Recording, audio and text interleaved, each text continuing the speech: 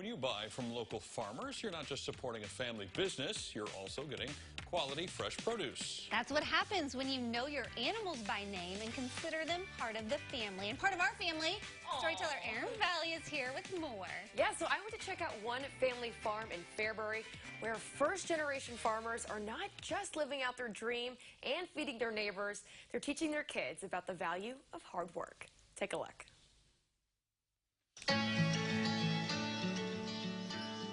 An afternoon on Hoffman's Little Acres, and you'll spot dozens of goats grazing in the yard and hopping from their playset.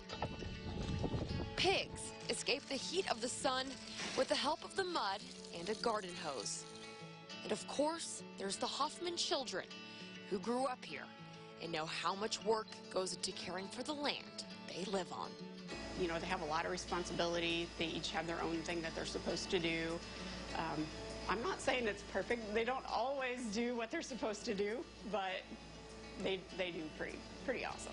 From tending to the calves, it's fun to bottle feed them, to collecting eggs each morning, farm life for the Hoffmans is still somewhat new. While they've spent the last 18 years on their family farm here in Fairbury, parents Scott and Anna are first-generation farmers, living out their dreams of self-sufficiency thanks to plenty of hard work. We just want to raise our own food and share the extra with the community. And you can't beat the food taste. I mean, it's nothing like store-bought. If you need breakfast, you go out to the barn and get it.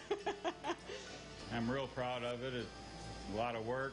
I don't get weekends off or holidays off or birthdays. You can't be sick, but that's the life I chose, and this is what I love to do.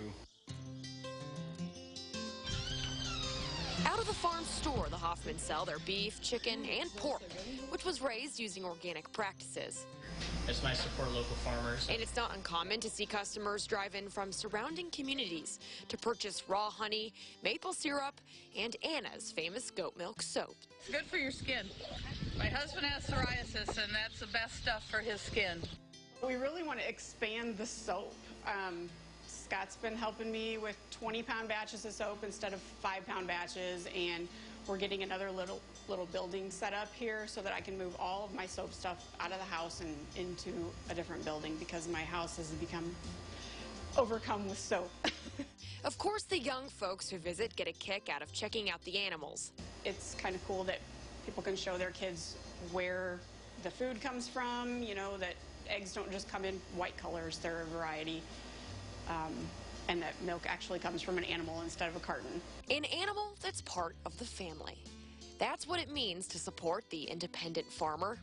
We know all our animals. People actually follow our Facebook and they know the animals' names and when one has a baby, and they just feel more connected with the farm life and knowing where their food comes from.